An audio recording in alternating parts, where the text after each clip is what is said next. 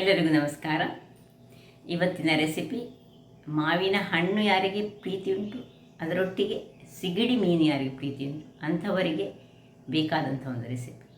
ಮಾವಿನ ಹಣ್ಣಿನ ಸೀಸನ್, ಅದರೊಟ್ಟಿಗೆ ಮಾರ್ಕೆಟ್ನಲ್ಲಿ ಸಿಗಡಿ ಸಹ ತುಂಬ ಸಿಗ್ತಾ ಉಂಟು. ಫ್ರೆಶ್ ಸಿಗಡಿಯಿಂದ ಮಾಡಿದಂತಹ ಮಾವಿನ ಹಣ್ಣಿನ ಒಂದು ರಸ ಬಹಳ ಟೇಸ್ಟಿಯಾಗಿ ಬರ್ತದೆ. ಅನ್ನಕ್ಕಂತೂ ಅದು ಸಹ ನಮ್ಮ ಕುಚ್ಚಲಕ್ಕಿ ಅನ್ನಕ್ಕೆ ಹೇಳಿ ಮಾಡಿಸಿದಂತಹ ಒಂದು ರಸ. ಹಾಗಿರುವಾಗ ಯಾರೆಲ್ಲ ನನ್ನ ಚಾನಲನ್ನು ನೋಡ್ತಿದ್ದೀರಿ, ಯಾರೆಲ್ಲ ಇನ್ನೂ ಸಬ್ಸ್ಕ್ರೈಬ್ ಮಾಡಿಲ್ಲ, ದಯವಿಟ್ಟು ಸಬ್ಸ್ಕ್ರೈಬ್ ಮಾಡಿ ಸಪೋರ್ಟ್ ಮಾಡಿ ಅಂತ ಹೇಳ್ತಾ ಬನ್ನಿ ಈ ಒಂದು ರುಚಿಕರವಾದ ಕರಾವಳಿ ಶೈಲಿಯ ಸಿಗಡಿ ಹಾಗೂ ಮಾವಿನ ಹಣ್ಣನ್ನು ಬಳಸಿ ಮಾಡಿದಂತಹ ರುಚಿಕರವಾದ ರಸವನ್ನು ಹೇಗೆ ಮಾಡುವುದೆಂದು ನೋಡೋಣ. ನಮಸ್ತೆ ಮಿತ್ರರೇ, ನೋಡಿ ಕಾಟು ಮಾವಿನ ಹಣ್ಣುಗಳು ಉಂಟು.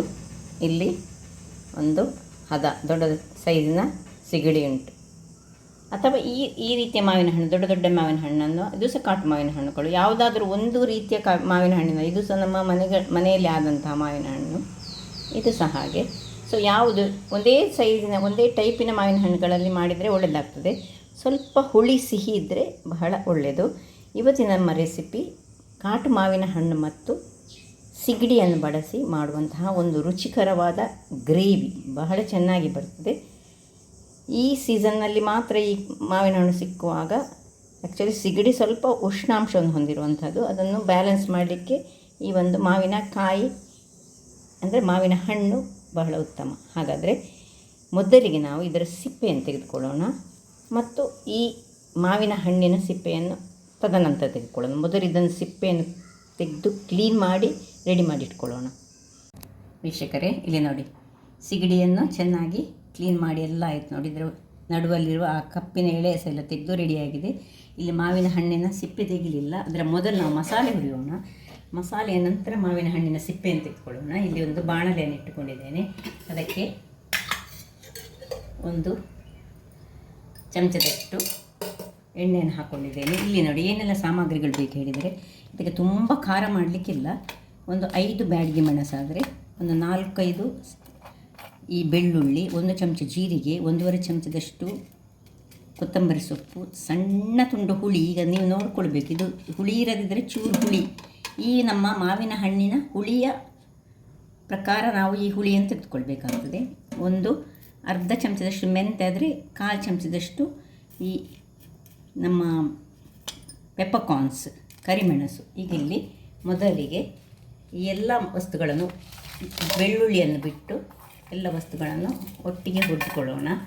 ಸಣ್ಣ ಉರಿ ಇಟ್ಕೊಂಡು ಹದಾ ಉರಿಯಲ್ಲಿ ಇಷ್ಟನ್ನು ಸಹ ಹುರಿದುಕೊಳ್ಳೋಣ. ಹುಳಿ ಮತ್ತು ಬೆಳ್ಳುಳ್ಳಿ ಮತ್ತೆ ಹಾಕ್ಕೊಳ್ಳಿಕ್ಕೆ, ಅದರೊಟ್ಟಿಗೆ ಮತ್ತೆ ಹಳದಿ ಸಬೇಕು. ಇಲ್ಲಿಗೆ ಸಣ್ಣ ಉರಿಯಲ್ಲಿ ಹುರಿತಾ ಇರುವಾಗ ಇಲ್ಲಿ ನೋಡಿ ಒಂದು ನೀರುಳ್ಳಿ ಬೇಕು, ಮತ್ತು ಒಂದಿಷ್ಟು ತೆಂಗಿನ ತುರಿ ಸಾಕು. ತುಂಬ ತೆಂಗಿನ ತುರಿ ಇದಕ್ಕೆ ಬೇಡ. ಇದನ್ನು ಚೆನ್ನಾಗಿ ಹುರಿದುಕೊಳ್ಳೋಣ.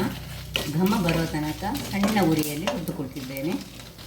ವೀಕ್ಷಕರೇ ನೋಡಿ, ಒಳ್ಳೆ ಘಮ ಬರುವವರೆಗೆ ಹುರಿದಾಯಿತು. ಈಗ ಇದಕ್ಕೆ ಸ್ವಲ್ಪ ಒಂದು ಸಣ್ಣ ತುಂಡು ನೀರುಳ್ಳಿಯನ್ನು ಹಾಕ್ಕೊಳ್ತಿದ್ದೇನೆ ನಾನು. ನೀರುಳ್ಳಿಯೊಟ್ಟಿಗೆ ಇನ್ನು ಈ ತೆಂಗಿನ ತುರಿ ಸ್ವಲ್ಪ ಸಾಕು, ಒಂದು ಹ್ಯಾಂಡ್ಫುಲ್ ಆಫ್ ತೆಂಗಿನ. ತುಂಬ ತೆಂಗಿನ ತುರಿ ಬೇಡ, ತುಂಬ ತುರಿ ಅದಕ್ಕೆ ಅಗತ್ಯ ಇಲ್ಲ. ಒಂದು 4-5 ಚಮಚಗಳಷ್ಟು. ಇನ್ನು ಸ್ವಲ್ಪ ಹಳದಿ ಸ್ವಲ್ಪ ಹಾಕಿದೆ ಸಾಕು, ಮತ್ತು ನಮಗೆ ಇದಕ್ಕೆ ಹಾಕ್ಕೊಳ್ಳಿಕ್ಕೆ ಉಂಟು. ಇನ್ನು ಬೆಳ್ಳುಳ್ಳಿ, ಸಣ್ಣ ತುಂಡು ಹುಳಿ, ಇಷ್ಟನ್ನು ಹಾಕ್ಕೊಂಡು ಸ್ವಲ್ಪ ಹೀಗೆ ತಿರುಗಿಸ್ಕೊಳ್ಳೋಣ.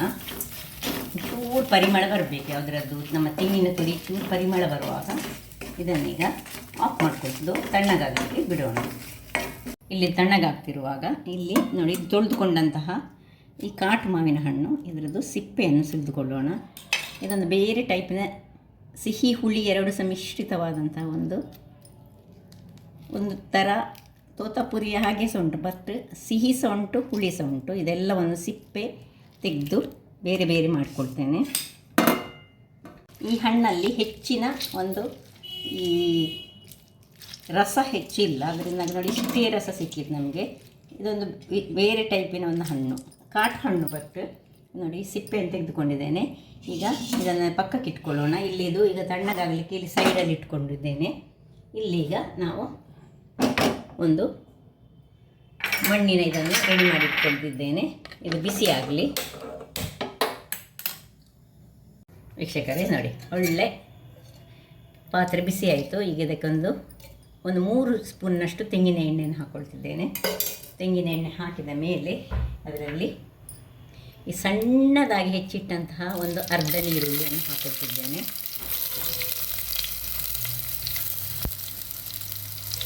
ಇನ್ನು ಇದನ್ನು ಚೆನ್ನಾಗಿ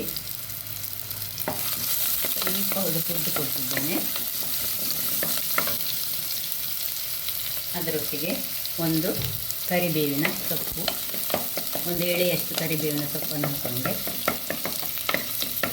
ಇದೀಗ ಚೂರು ಕಲರ್ ಚೇಂಜ್ ಆಗಲಿ, ಅಂದರೆ ಸ್ವಲ್ಪ ಬ್ರೌನ್ ಕಲರ್ ಬರೋ ತನಕ ಇದನ್ನು ಹುರಿದುಕೊಳ್ಳೋಣ. ಸ್ವಲ್ಪ ಕಲರ್ ಚೇಂಜ್ ಆಯಿತು ನೋಡಿ. ಆನಿಯನ್ ಇದರಲ್ಲಿ ಒಂದು ಆನಿಯನ್ನಲ್ಲಿ ಒಂದು ಅರ್ಧ ಆನಿಯನ್ ಹೀಗೆ ಫ್ರೈ ಮಾಡಲಿಕ್ಕೆ ಹಾಕ್ಕೊಳ್ಬೇಕು. ಮತ್ತು ಇನ್ನೀಗ ಈ ಸಿಗಡಿಯನ್ನು ಇದರೊಳಗೆ ಹಾಕ್ಕೊಳ್ಳೋಣ. ಕ್ಲೀನ್ ಮಾಡಿದಂತಹ ಸಿಗಡಿ ದೊಡ್ಡದಾಗಿ ಉಂಟು. ಹಾಕ್ಕೊಂಡು ಸ್ವಲ್ಪ ಜೆಂಟ್ಲಿ, ತುಂಬ ಒಮ್ಮೆಲೆ ಮಾಡ್ಕೊಳ್ಬಾರ್ದು. ಇನ್ನು ಸ್ವಲ್ಪ ಅದಕ್ಕೆ ಉಪ್ಪನ್ನು ಹಾಕ್ಕೊಳ್ತಿದ್ದೇನೆ. ರುಚಿಗೆ ತಕ್ಕಷ್ಟು ಉಪ್ಪು, ತುಂಬ ಹಾಕೊಳ್ಳೋದು ಬೇಡ, ಮತ್ತೆ ಬೇಕಿದ್ರೆ ಹಾಕ್ಕೊಳ್ಬೋದು. ಸ್ವಲ್ಪ ಹಳದಿಯ ಪುಡಿ, ಅದರ ಸ್ಮೆಲ್ಲನ್ನು ತೆಗೆಯಲಿಕ್ಕೆ ಹಳದಿಯ ಪುಡಿ.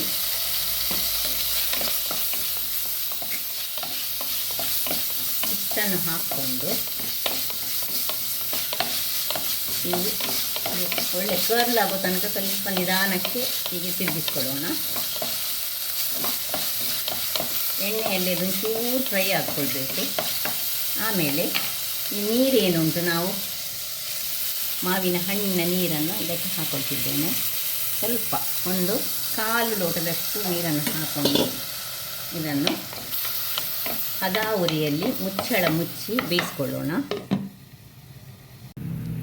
ಇದು ಬೇಯ್ತಾ ಇರುವಾಗ ಇಲ್ಲಿ ನೋಡಿ, ಇದು ತಣ್ಣಗಾಗಿದೆ. ಇದಕ್ಕೆ ಇದನ್ನೊಂದು ಮಿಕ್ಸಿ ಜಾರಿಗೆ ಹಾಕ್ಕೊಂಡು ಸ್ವಲ್ಪ ನೀರನ್ನು ಹಾಕ್ಕೊಂಡು ಇದರದೊಂದು ಪೇಸ್ಟ್ ಮಾಡಿಕೊಳ್ಳೋಣ. ಒಳ್ಳೆ ಮಸಾಲ ಪೇಸ್ಟ್, ಬೇರೆ ಏನು ಹಾಕಲಿಕ್ಕಿಲ್ಲ, ನೀರು ಹಾಕಿದರೆ ಆಯಿತು.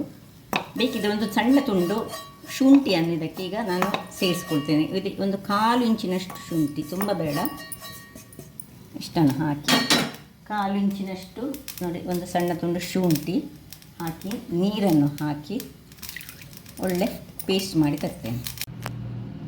ವೀಕ್ಷಕರೇ, ಇಲ್ಲಿ ನೋಡಿ ಎಷ್ಟು ಚೆನ್ನಾದೊಂದು ಪೇಸ್ಟ್ ಮಸಾಲೆ ರೆಡಿ ಆಯ್ತು ನೋಡಿ. ಈ ರೀತಿ ಬರಬೇಕು, ಕಲ್ಲಸ. ಅದಕ್ಕೆ ತುಂಬ ತೆಂಗಿನ ತುರಿ ಹಾಕ್ಕೊಳ್ಬಾರ್ದು. ಇದೀಗ ಪಕ್ಕಕ್ಕೆ ಇಟ್ಕೊಳ್ಳೋಣ. ಇಲ್ಲಿ ನೋಡಿ, ಇದು ಒಳ್ಳೆ ಬೆಂದಿದೆ. ಈಗ ಇದಕ್ಕೆ ಇಲ್ಲಿ ಏನು ನಾವು ರೆಡಿ ಮಾಡಿಟ್ಟುಕೊಂಡಿದ್ದೇವೆ, ಮಾವಿನಕಾಯಿಯ ನೀರು ಮತ್ತು ಒಂದು ಅರ್ಧ ಮೆಣಸು, ಕಾಯಿ ಮೆಣಸು, ಇನ್ನೊಂದು ಕರಿ ಲೀವ್ಸ್, ಅರ್ಧ ನೀರುಳ್ಳಿ, ಇಷ್ಟನ್ನು ಹಾಕಿ ಒಮ್ಮೆ ಚೆನ್ನಾಗಿ ಕಲಡಿಸಿಕೊಳ್ಳೋಣ. ನೋಡಿ ಹೇಗೆ ಬಂದಿದೆ ಇದು ಸಿಗಡಿಯನ್ನೊಮ್ಮೆ ನೋಡಿ ಅಂತ ಹೇಗೆ ಆಗಿದೆ ಅಂತ. ಈಗ ಚೂರು ಉಪ್ಪನ್ನು ಹಾಕ್ಕೊಳ್ಳೋಣ. ಆಗ ಸ್ವಲ್ಪ ಹಾಕಿದ್ದೇವೆ ನಾವು, ಉಪ್ಪು ಚೆನ್ನಾಗಿ ಎಳೆದುಕೊಳ್ಬೇಕು. ಸ್ವಲ್ಪ ಉಪ್ಪನ್ನು ಹಾಕಿ ಒಂದು ಕುದಿ ಮಾತ್ರ ಸುರಿಗೀಗ ತೆಗೆಸಿಕೊಳ್ಳೋದು. ಈ ಒಂದೇ ಒಂದು ಕುದಿ ನಮಗೀಗ ತೆಗೆದುಕೊಳ್ಬೇಕು. ಸೊ ವೀಕ್ಷಕರೇ ನೋಡಿ, ಒಂದು ಒಳ್ಳೆ ಕುದಿ ಬರ್ತಾ ಉಂಟು ನೋಡಿ. ಈಗ ನಡುವಲ್ಲಿ ಒಮ್ಮೆ ನಾನು ತೆಗೆದು ಇದನ್ನು ಹೀಗೆ ತಿರುಗಿಸಿಕೊಂಡೆ. ಯಾಕೆ ಹೇಳಿದರೆ ಇಲ್ಲದಿದ್ದರೆ ಈ ಒಂದು ಮಾವಿನ ಹಣ್ಣು ತಳ ಹಿಡಿಯುವ ಚಾನ್ಸ್ ಇರ್ತದೆ ನೋಡಿ. ಸಣ್ಣ ಸಣ್ಣ ಸಿಗಡಿ ಮೀನು ಸಿಕ್ಕಿದರೆ ಸಹ ಒಳ್ಳೆಯದಾಗ್ತದೆ, ಚೆನ್ನಾಗಿ ಬರ್ತದೆ.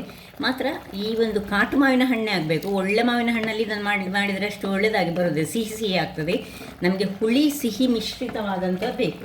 ಈಗ ಇಷ್ಟ ಆಗುವಾಗ ಒಂದು ಒಳ್ಳೆ ಕುದಿ ಬಂದಾಗ ಈ ಮಸಾಲೆಯನ್ನು ಇದಕ್ಕೆ ಶಿಫ್ಟ್ ಮಾಡ್ಕೊಳ್ಳೋಣ. ಇದು ತುಂಬ ನೀರು ಸಹ ಆಗಬಾರ್ದು ಈ ಪದಾರ್ಥ, ತುಂಬ ದಪ್ಪ ಸಹ ಬೇಡ. ಈಗ ದಪ್ಪ ಆಯಿತು. ಇದಕ್ಕೆ ಸ್ವಲ್ಪ ನಾವೀಗ ನೀರು, ಮಿಕ್ಸಿಗೆ ಸ್ವಲ್ಪ ನೀರನ್ನು ಹಾಕ್ಕೊಂಡು, ತುಂಬ ಸಹ ಬೇಡ ನೀರು, ದಪ್ಪ ಸಹ ಬೇಡ, ತೆಳುವು ಸಹ ಬೇಡ. ಸೊ ಅದಾದಲ್ಲಿ ನೋಡಿಕೊಂಡು ನೀರನ್ನು ಹಾಕ್ಕೊಂಡ್ರೆ ಆಯಿತು. ಹಾಕ್ಕೊಂಡು ಒಳ್ಳೆ ತಿರುಗಿಸ್ಕೊಳ್ಳೋಣ. ಇದು ದಪ್ಪ ಆಯಿತು. ನಮಗೀಗ ಸ್ವಲ್ಪ ಇದಕ್ಕಿಂತ ಸ್ವಲ್ಪ ನೀರು ಬೇಕು. ಸೊ ಅರ್ಧ ಲೋಟಕ್ಕಿಂತ ಸಹ ಸ್ವಲ್ಪ ಜಾಸ್ತಿ ನೀರನ್ನು ನಾನು ಹಾಕ್ಕೊಂಡೆ. 1 ಲೋಟ ನೀರೇ ಹಾಕ್ಕೊಂಡೆ. ಇನ್ನೀಗ ಕುದಿದಾಗ ಇನ್ನು ಸಹ ಅದು ಒಳ್ಳೆ ಚೆನ್ನಾಗಿ ಬರ್ತದೆ. ಸೊ ಒಂದು ರುಚಿಕರವಾದ ಒಂದು ಕರಾವಳಿ ಶೈಲಿಯ ಈ ಸಿಗಡಿ ಮತ್ತು ಡ್ರೈ ಸಿಗಡಿ ಇದನ್ನು ನಾನು ಆಲ್ರೆಡಿ ಅಪ್ಲೋಡ್ ಮಾಡಿದ್ದೇನೆ. ಅದು ಸಹ ಚೆನ್ನಾಗಿ ಬರ್ತದೆ. ಅದರದ್ದು ಪರಿಮಳ ಅಂತೂ ಅದ್ಭುತವಾಗಿರ್ತದೆ. ಇದಕ್ಕೆ ಅಂಥ ಪರಿಮಳ ಇಲ್ಲ, ಬಟ್ ಟೇಸ್ಟ್ ಅಂತೂ ಅಲ್ಟಿಮೇಟ್ ಆಗಿರ್ತದೆ. ಭಾರಿ ಅಂದರೆ ಈ ಒಂದು ಹಣ್ಣಲ್ಲಿ ಉಂಟು ಹುಳಿ ಮಿಶ್ರಿತ ಹಣ್ಣು ಬೇಕು ನಮಗೆ. ಕಾಟು ಮಾವಿನ ಹಣ್ಣೇ ಆಗಬೇಕು ಇದಕ್ಕೆ. ಸೊ ಇದನ್ನು ಈಗ ಚೆನ್ನಾಗಿ ಒಂದು ಕುದಿಲಿಕ್ಕೆ ಬಿಡೋಣ. ನೋಡಿ ಒಳ್ಳೆ ಕುದಿ ಬರ್ತಾ ಉಂಟು. ಈಗ ಒಂಚೂರು ನಡುವಲ್ಲಿ ಅದಕ್ಕೊಂದು ಹೀಗೆ ಕೈ ಆಡಿಸ್ಕೊಳ್ಬೇಕು, ಇಲ್ಲದಿದ್ದರೆ ಅದು ಚೆನ್ನಾಗಿ ತಳ ಹಿಡಿತದೆ. ಹೇಳಿದೆಲ್ಲ ಈ ಮಾವಿನ ಹಣ್ಣುಗಳು ಹಾಗೆ. ಸೊ ನೋಡಿ ಇಷ್ಟು ದಪ್ಪದಲ್ಲಿ ಬರಬೇಕು, ರಸ ಇಷ್ಟು ದಪ್ಪದಲ್ಲಿ ಇರಬೇಕು. ಕಾಣ್ತದಲ್ಲ ನನಗೆ ಮಾವಿನ ಹಣ್ಣಿನೊಟ್ಟಿಗೆ. ಆಯಿತು, ಒಳ್ಳೆ ಕುದಿ ಬಂದ ಕೂಡಲೇ ಇದನ್ನು ಆಫ್ ಮಾಡಿಕೊಂಡು ಇದನ್ನು ಈಗ ಸರ್ವ್ ಮಾಡೋದು.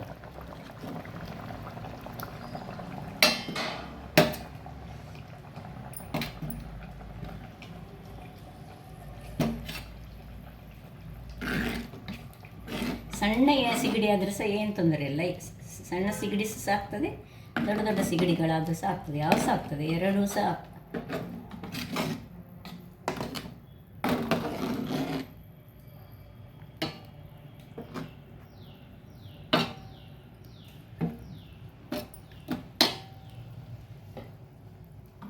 ಒಂದು ಅದ್ಭುತವಾದ ಈ ಕುಚ್ಚಲಕ್ಕಿ ಅನ್ನದೊಟ್ಟಿಗೆ ಬಹಳ ಚೆನ್ನಾಗಿ ಬರುವಂತಹ ಒಂದು ರೆಸಿಪಿ ರೆಡಿಯಾಗಿದೆ.